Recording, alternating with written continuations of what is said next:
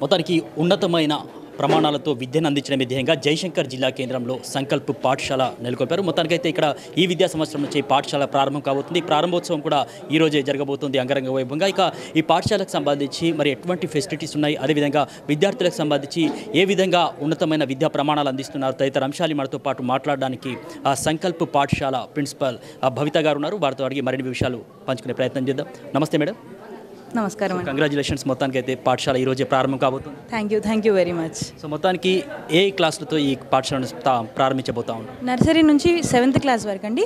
కానీ ప్రస్తుతానికి మనం 5th దాకా అయితే అడ్మిషన్స్ తీసుకుంటున్నాము. ప్రీ గ్రూప్ కూడా ఉందండి మన దగ్గర. సో మొత్తానికి అనేకమైనటువంటి ప్రైవేట్ పాఠశాలలు ఉండగా సో మొత్తానికి సంకల్ప్ పాఠశాల యొక్క ముఖ్య ఉద్దేశం ఏంటి, కాన్సెప్ట్ ఏంటి? Sir, education should be in a qualitated. అంటే మనకి విద్య అనేది చాలా అత్యున్నతమైన ప్రమాణాలతో ఇవ్వగలగాలి. అలాంటి ప్రమాణాలు ఇక్కడ మనకి దొరుకుతున్నాయని నేను చెప్తానండి. అంతకుమించి నేనేం చెప్పదలుచుకోవట్లేదు about this education and all. ఎప్పుడైతే ఎడ్యుకేషన్ని మనం మంచిగా అర్థం చేసుకుంటామో అంటే పిల్లలకి అర్థమయ్యే విధంగా చెప్పాలి. ప్రైవేట్ ఇన్స్టిట్యూషన్లో చాలా వరకు ఏమవుతుందంటే అర్థమయ్యే విధంగా విద్య చెప్పట్లేదు అనేది నా ఉద్దేశం అండి.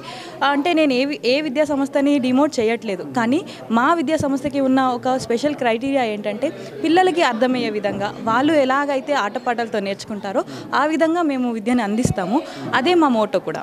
సో మొత్తానికి అనేకమైనటువంటి కార్పొరేట్ పాఠశాలలో మనం చూస్తూ ఉంటాం. విద్యార్థులు అంటే ఒత్తిడి ధ్యేయంగా వాళ్ళు పనిచేస్తూ ఉంటారు, ముఖ్యంగా మార్కులే ర్యాంకులే ధ్యేయంగా పనిచేస్తూ ఉంటారు. సో ఈ పాఠశాలకు సంబంధించి అట్లా ఎటువంటి అంటే ఆహ్లాదకరమైనటువంటి పరిస్థితి ఉంటుందని చెప్పుకోవచ్చా విద్యార్థులకు సంబంధించి? ఖచ్చితంగా అండి. ఆటపాటలతో పాటు నాలెడ్జ్ గివింగ్ అంటే ఏంటంటే వాళ్ళకి మనం ఎంత అయితే విద్య వాళ్ళు చదివారన్నది కాదు, వాళ్ళు ఎంత ఆ విద్యని యూజ్ చేశారనేది మనకి ముఖ్యం అనమాట. అంటే మనం ఎంతైతే చదువుతుంటాం, చాలా బుక్లు చదువుతుంటాం, బుక్లలో మనకు నచ్చింది మాత్రమే గుర్తుపెట్టుకుంటాం. సో పిల్లల్ని కూడా వాళ్ళు ఏం చదువుతున్నారు అనేది ఇంపార్టెంట్ కాదు, దాన్ని వాళ్ళు ఎక్కడ అప్లికబుల్ చేస్తున్నారు అనేది ఇంపార్టెంట్. అంటే ఒక సైన్స్ ల్యాబ్లో ఒక సైన్స్ ప్రాక్టికల్ వాళ్ళు చేసినప్పుడు దాన్ని వాళ్ళు బయట ఎక్కడ యూజ్ చేస్తారు, అంటే ఇంట్లో మన ఈ ఒక వంట చేస్తున్నప్పుడు వాళ్ళ అమ్మ ఎలా చేస్తున్నారు, లేదా డాడీ వర్క్ వెళ్ళినప్పుడు వాళ్ళు ఎలా కష్టపడుతున్నారు. సో ఈ ప్రాక్టికల్ మనం చేస్తే ఇది మనకి ఫ్యూచర్లో ఎలా యూజ్ అవుతుంది. ఇలాంటి అత్యున్నతమైన ప్రమాణాలతో మనం విద్యను అందిస్తుంటాం. నిజ జీవితాన్ని వాస్తవికతను అర్థమయ్యేటట్టు మరోవైపు విద్యను కూడా ఆ విధంగా మీరు క్షేత్రస్థాయికి తీసుకెళ్ళబోతుంది. అవునండి, అవును. అంటే ఇప్పుడు చూడండి, పిల్లలకి మనం ఏదైనా చెప్పాలి, చెప్తే ఇది చెయ్యొద్దు అంటే వాళ్ళు ఖచ్చితంగా చేస్తారు, కానీ ఇది చేయడం వల్ల నీకు ఇది ప్రాబ్లం అని చెప్తే వాళ్ళు ఆపేస్తారు. అంటే మనం దాన్ని వాళ్ళకి అర్థమయ్యే విధంగా చెప్పాలి. అంటే నువ్వు ఇది చెయ్యొద్దు అని చెప్పకూడదండి, నువ్వు ఇది చేస్తే ఇది అవుతుంది అంటే తనకి నిర్ణయాన్ని దానికి వదిలేయాలి. ఇప్పటి నుంచి మనం క్యారెక్టర్ బిల్డింగ్ అంటారు దీన్ని. ఏంటంటే చిన్నప్పటి నుంచే వాళ్ళ క్యారెక్టర్ని వాళ్ళు బిల్డ్ చేసుకుంటారనమాట. అంటే నేను ఇది చేయొచ్చు, ఇది చేయరాదు, ఇది గుడ్, ఇది రాంగ్, ఏది గుడ్ ఏది రాంగ్ అనే డెసిషన్ని వాళ్ళు తీసుకుంటారు. సో మొత్తానికి అంటే మీ యొక్క ఎయిమ్ అనేది మొత్తానికి ఉన్నతమైనటువంటి విద్యా ప్రమాణాలు అందించడమే ధ్యేయం. సో మొత్తానికి ఆ యొక్క ఎయిమ్ నెరవేరాలంటే ఫ్యాకల్టీ కూడా అట్లా ఉండాలి. సో మీ వద్ద కూడా ఫ్యాకల్టీ ఆ విధంగా ఉందని చెప్పుకోవచ్చు? అవునండి, ఖచ్చితంగా. ఫ్యాకల్టీ అంతా ట్రైన్డ్, కార్పొరేటెడ్ లెవెల్ ట్రైన్డ్ అనమాట. మనం ఇక్కడ లీడ్ ప్రోగ్రామ్ అనే ఒక ప్రోగ్రామ్ని ఇంట్రడ్యూస్ చేసాం. ఇంటిగ్రేటెడ్ కరిక్యులం, అడ్వాన్స్ సిబిఎస్ఈ అని చెప్పుకోవచ్చండి. అంటే మనం అర్థం అవ్వడానికి చెప్తున్నాను అడ్వాన్స్ సిబిఎస్ఈ అని. దీంట్లో మనకి 2 కరిక్యులమ్స్ ఉంటాయి. అంటే మనకి ఎన్ఈపీ అఫిలియేటెడ్, ఇది అంటే నేషనల్ ఎడ్యుకేషనల్ డెవలప్మెంట్ ప్రోగ్రామ్తో అఫిలియేటెడ్ అయ్యి ఉంది. ఇది ఈ లీడ్ ప్రోగ్రామ్లో ఏంటంటే మన సింగపూర్ కరిక్యులం అయిన ఎల్గా ప్రోగ్రామ్ని ఇంట్రడ్యూస్ చేస్తున్నాం. ఈ ఎల్గా ప్రోగ్రామ్ ఏంటంటే ఇంగ్లీష్ స్కిల్స్ని మనకి ఇంగ్లీష్ అనేది లాంగ్వేజ్ కాకుండా ఇట్ ఈస్ అ స్కిల్. ఎప్పుడైతే మనం ఇంగ్లీష్ని లాంగ్వేజ్ లాగా కాకుండా ఒక సబ్జెక్ట్ లాగా కాకుండా స్కిల్ లాగా మనం దాన్ని డెవలప్ చేస్తామో అప్పుడే అది మనకి ఏంటంటే చాలా అంటే మన బ్లడ్లో ఇంక్లికేట్ అయిపోతుంది. అంటే మనం తెలుగు ఎలాగైతే మాట్లాడుతున్నామో ఇంగ్లీష్ కూడా అలాగే మాట్లాడగలగాలి. That is the main motto of our school. ఏంటంటే వచ్చాము, ఏదో ఎడ్యుకేషన్ చేసుకున్నాము, వెళ్ళిపోయాం కాదు. మనం ఈ స్కూల్ నుంచి బయట వెళ్ళాక ఎంత సక్సెస్ఫుల్గా ఉన్నాం, ద సక్సెస్ రేట్ చూడండి. ర్యాంకులు ఎవరైనా చూపిస్తారండి, ఒక వ్యక్తి యొక్క సక్సెస్ని ఎవరు చూపించరు, కానీ మా స్కూల్లో చదివితే మేము ఆ సక్సెస్ రేట్ కూడా చూపించగలుగుతాం. ఫీజుల గురించి కనుక మనం మాట్లాడుకుంటే ఎక్కువ శాతం ప్రైవేట్ పాఠశాలలు, కార్పొరేట్ పాఠశాలలు ముక్కుపిండి వసూలు చేసేలా అధిక శాతం ఫీజులు వసూలు చేస్తూ ఉంటారు. సో మొత్తానికి మధ్యతరగతి వాళ్ళకి, పేదవాళ్ళకి మేలు చేకూర్చేలా మీ సంకల్ప పాఠశాల ఏమైనా కృషి చేస్తూ ఉందా ఆ ఫీజుల విషయం? ఖచ్చితంగా చేస్తున్నామండి. ఫీజులు ఖచ్చితంగా నెగోషియబుల్గానే ఉన్నాయండి.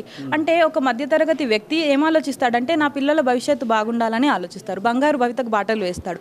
సో అతను ఏం చేయొచ్చు, ఎలా తన పిల్లల్ని చదివించుకోవచ్చు అనే ఆ మోతాదులోనే మేము మా ఫీజులని నిర్ణయించడం జరిగిందండి. సో స్ట్రెంత్ పరంగా మాట్లాడుకుంటే ఎంతమంది స్ట్రెంత్ జాయిన్ అయ్యారు ఇప్పటివరకు? స్ట్రెంత్ మాకు నెగోషియబుల్గానే ఉందండి స్ట్రెంత్ కూడా. అంటే ఇప్పుడు మాకు దాదాపు 80% ఫిల్ అయిపోయాయి. ఒక క్లాస్కి 30 మందిని మాత్రమే తీసుకున్నాం, పరిమిత నెంబర్ అనమాట. అంటే క్లాస్లో చాలా మందిని వేసేసి టీచర్స్కి కష్టం, పిల్లలకి కష్టం కాకుండా ఒక పరిమిత సంఖ్యని, అంటే 30 మంది మాత్రమే ఒక క్లాస్లో ఉండేటట్టు, అది 7వ తరగతి అయినా 5వ తరగతి అయినా 1వ తరగతి అయినా నర్సరీ అయినా 30 మంది మాత్రమే తీసుకుంటామండి. అంతకు మించి మేము నెంబర్ తీసుకోము. మీరు ఒక డౌట్ అడగచ్చు, ఒకవేళ 30 మంది కంటే ఎక్కువ వస్తే ఏం చేస్తారు madam? So we'll split into 2 classes sections. అయితే మీకు మళ్ళీ సెక్షన్స్ అంటే కూడా ఒక డౌట్ వస్తుందండి, అంటే ఏ సెక్షన్లో మంచిగా చదివే పిల్లలు, బి సెక్షన్లో, అలా ఏం లేదండి. Section is equal. అంటే LKG 1 LKG 2 ఉంటుందండి. అంటే అందులో పిల్లలకి ఇందులో పిల్లలకి సేమ్ ఎడ్యుకేషన్ ఉంటుంది. అందులో ఎక్కువ చదివే వాళ్ళు తక్కువ చదివే వాళ్ళు లేరు. ఇక్కడ మాకు షఫ్లింగ్ సిస్టమ్ ఉంటుందండి.